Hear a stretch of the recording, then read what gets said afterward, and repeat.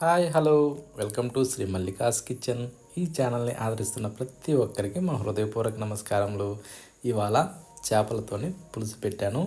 ఈ విధంగా చేస్తే ఏంటంటే ప్రతి దాంట్లో కూడా సూపర్గా ఉంటుంది. రైస్లోకే కానీ చపాతీలోకే కానీ దేంట్లోకైనా సరే నెంబర్ వన్గా ఉంటుంది చేపల పులుసు.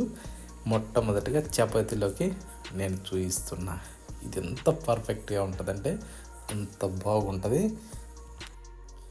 చిన్న పిల్లలైనా సరే దీన్ని ఈజీగా చేయొచ్చు, అంత వివరంగా దీంట్లో చూపించబడింది. ప్రతి ఒక్కరు కూడా స్కిప్ చేయకుండా ఆఖరి వరకు చూడండి. ఎలా చేయాలో ఎలా చేశానో అన్నది అర్థమవుతుంది.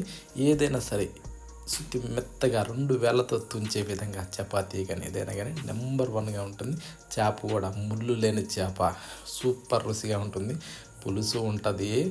అది చేస్తుంటేనే నాకు నోట్లోంచి నీళ్ళు అట్టే వచ్చేసినాయి. అంత సూపర్గా ఉంది. ఆ వాసనకే ఎప్పుడు తినాలని ఆగలేక మీ ముందు ఇప్పుడే తినేస్తున్నా. అంత బాగుంది అన్నట్టు సూపర్గా ఉంది. ఎప్పుడు కూడా మిస్ కావద్దు. ఇది ఎలా చేశానో ఒకసారి మన కిచెన్లోకి వెళ్దామా? వెళ్ళే ముందు ఒక చిన్న మాట, మన ఛానల్ని సబ్స్క్రైబ్ చేయండి, లైక్ కూడా కొట్టండి. ముందుగా మిక్సీ జార్ తీసుకునేసి 1 స్పూన్ మెంతులు, 1 స్పూన్ జీలకర్ర, 1 స్పూను ధనియాలు, ఇవి మూడింటిని వేసాక 1 ఇంచు చెక్క, 3 లవంగాలు ఇవి వేసి వీటిని మనం ఈ టైప్లో పొడి కొట్టుకోవాలి. పొడి కొట్టిన తర్వాత ఇప్పుడు ఒక వెల్లిగడ్డ తీసుకునేసి దాన్ని తోలంతా తీసి అందులో వేసి ఇది కూడా కలిపి పొడి కొట్టి ఈ విధంగా బౌన్లోకి వేసి చూడండి. ఈ టైప్లో వస్తే సరిపోతుంది. ఇప్పుడు ఏంటంటే ఒక మిక్సీ జార్ తీసుకునేసి 2 టమోటాలు తీసుకునేసి ఈ విధంగా కట్ చేసుకోండి. కానీ టమోటాలు తీసుకునేటప్పుడు ఒక్కటి గుర్తుంచుకోవాలి, ఈ టైప్లో మంచి ఎర్రగా నిగనిగలాడేటివి తీసుకుంటే సూపర్ రుచి వస్తుంది అన్నట్టు.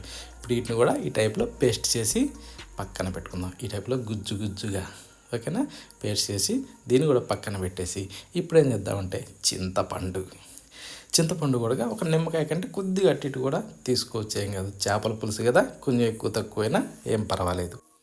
ఆ చింతపండును కూడా ఈ విధంగా విడదీసి నీళ్లు పోసి నానేస్తుందంటే తొందరగా నానుతుంది. గడ్డలాగా ఉంటే తొందరగా నానదు. అందుకని నేను ప్రతిసారి కూడా వివరంగా చూపిస్తాను. దీన్ని ఒక 10 నిమిషాలు పక్కన పెట్టాను. ఇప్పుడు స్టవ్ ఆన్ చేసి ఒక కుండ పెట్టుకుందాం. కుండ పెట్టాక ఒక 2 గంటలు నూనె వేసి దాన్ని కాస్త కాగనిచ్చి పచ్చిమిరపకాయలని మధ్యలోకి ఈ టైప్లో చీల్చి వేసుకొని ఎర్రగడ్డలు కూడా ఒక 2 ఇట్లా చిన్నగా సన్నగా కట్ చేసి అందులో వేసుకునేసి వీటిని మనం బాగా వేగనివ్వాలి. ఇవి బాగా వేగటానికి మనం ఏం చేద్దామంటే ఇప్పుడు ఒక సగం స్పూను పసుపు తీసుకుందాం. అది వేసాక కరివేపాకు, అది కూడా మంచి స్మెల్ వచ్చే చూసి నిగనిగలాడేది అది వేసుకునేసి ఇప్పుడు మనం బాగా మంచిగా అంటే ఒక గోల్డెన్ బ్రౌన్ కలర్ వచ్చే విధంగా వీటిని మనం బాగా వేగనివ్వాలి నూనెలో. ఈ విధంగా వేగిన తర్వాత ఇందాక గ్రైండ్ చేసి పెట్టుకున్న టమోటా ఆ పేస్ట్ని ఇందులో వేసుకుందాం. వేసాక ఇందాక ఏదైతే గ్రైండ్ చేసి పెట్టుకున్న మసాలా పేస్ట్ ఆ పౌడర్ అది కూడా ఇందులో వేసుకుందాం. వేసాక ఇప్పుడు మనం బాగా మిక్స్ చేసుకోవాలి.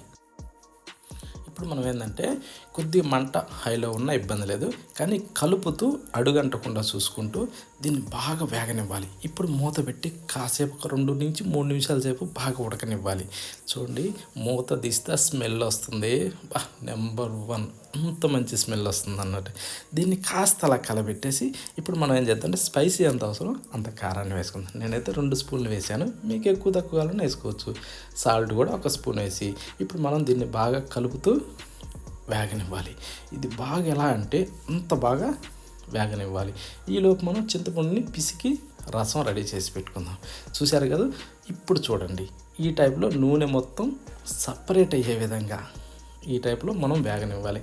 చూడండి ఎంత మంచిగా వస్తుంది. ఈ స్మెల్కే కడుపు నిండిపోద్ది, అంత బాగుంటుంది అన్నట్టు. ఓకేనా, ఇప్పుడు మనం ఇందాక ఏదైతే చింతపండు పిసికి పెట్టుకున్నామే ఆ రసాన్ని ఇందులో వేసేసుకుందాం. నేనైతే జాలి సహాయం తీసుకుంటాను, అవి ఏవి కూడా అందులోకి రాకుండా ఓన్లీ రసం దిగేటట్టుగా. ఇప్పుడు మనకి పులుసు సరిపోద్దో లేదో చూసుకునేసి ఇంకొక గ్లాసు నీళ్ళు కూడా అందులో యాడ్ చేసుకునేసి ఇప్పుడు మనం ఏదైనా రుచికి సరిపడా సాల్ట్ వేసుకోవాలి. వేసుకున్నాక కాస్త అలా కలిపేసి మూత పెట్టి దాదాపు 4 నుంచి 6 నిమిషాల సేపు ఈ పులుసును బాగా మరగనివ్వాలి. హై ఫ్లేమ్లో మంట పెట్టి బాగా మరగనివ్వాలి. ఈ టైప్లో బాగా తెరలాలి. ఇప్పుడు చూడండి, మూత తీసినాక స్మెల్ వస్తుంది, నెంబర్ 1 ఆ స్మెల్ అలా ఉంటుంది. పులుసు కూడా చూడండి ఈ టైప్లో చిక్కగా రావాలి. మరి నీళ్ళుగా ఉన్నప్పుడు మనం ఏది చేయకూడదు. ఈ టైప్లో చూడండి, ఈ టైప్లో పులుసు కొంచెం చిక్కగా వచ్చిన తర్వాత ఇప్పుడు మనం ఏం చేద్దామంటే, మనం ఏదైతే చేపలు తెచ్చిపెట్టుకున్నామో వాటిని నీట్గా రెడీ చేసుకున్నాక ఇలా ఒక్కొక్కటిగా అందులో వేసుకుందాం. ఈ చేపల పేరు ఏంటంట, ఈ చేపల పేరు మొయ్యి చేపలు అన్నట్టు. ఇవి నెంబర్ 1గా ఉంటాయి, మెత్తగా ఉంటాయి. పట్టుకుంటే ఎలా ఉంటాయి అంటే పిల్లి మెదురులాగా అలా మెత్తగా ఉంటుంది. కానీ ఉడికినాక చేప గట్టిపడద్ది, ముళ్ళు తక్కువ, నెంబర్ 1 రుచిగా ఉంటుంది. దీన్ని మనం ఇప్పుడు మూత పెట్టి ఒక 10 నుంచి 12 నిమిషాల సేపు అయితే బాగా ఉడకనివ్వాలి. అది ఎట్లా అంటే ఈ టైప్లో చూడండి. ఇప్పుడు మనం ఈ చూశాక ఈ పులుసు ముక్క ఎలా ఉందన్నది మనం ఏంటంటే గంటి పెట్టి ఎక్కువ శాతం కలబెట్టుకొని ఈ టైప్లోనే తిప్పుకోవాలి. తర్వాత ఈ విధంగా తిప్పిన తర్వాత చూసుకునేసి మీదకించి కొత్తిమీరని అలా చల్లుకున్నాక ఒకసారి ముక్క చూసుకోండి. నాకేంటంటే ఎప్పుడు చేసేవాడిని కాబట్టి నాకు అర్థమవుతుంది. మీరు ఒకసారి పరీక్షగా చూసుకోవాలి, ముక్క ఉడికిందా, పులుసు మనకు ఎంత అవసరమో అన్ని ఉంచుకున్నాక చూడండి. ఇప్పుడు చూస్తే ఇలా ఉంటుంది కదా, ఒక 1 అవర్ 2 అవర్స్ అయ్యేసరికి ఇంకాస్త చిక్కబడుతుంది. అప్పుడు ఇంకా నెంబర్ 1గా ఉంటుంది అన్నట్టు. ఇప్పుడు స్టవ్ ఆఫ్ చేసేసి చూడండి, ఇంకేముంది, నెంబర్ 1గా దేంట్లోకైనా సరే ఇది సూపర్గా ఉంటుంది. చిన్న పిల్లలైనా సరే ఈజీగా దీన్ని తయారు చేయొచ్చు. కాబట్టి ఎవ్వరు కూడా మిస్ కావద్దు. ఈ వీడియో ఆఖరి వరకు చూసినందుకు ప్రతి ఒక్కరికి కూడా ధన్యవాదాలు. ఇది చేసుకొని తిన్నాక కామెంట్ రూపంలో పెట్టండి. మళ్ళీ మనం మరొక కూరతో మళ్ళీ వీడియోలో కలుసుకుందాం.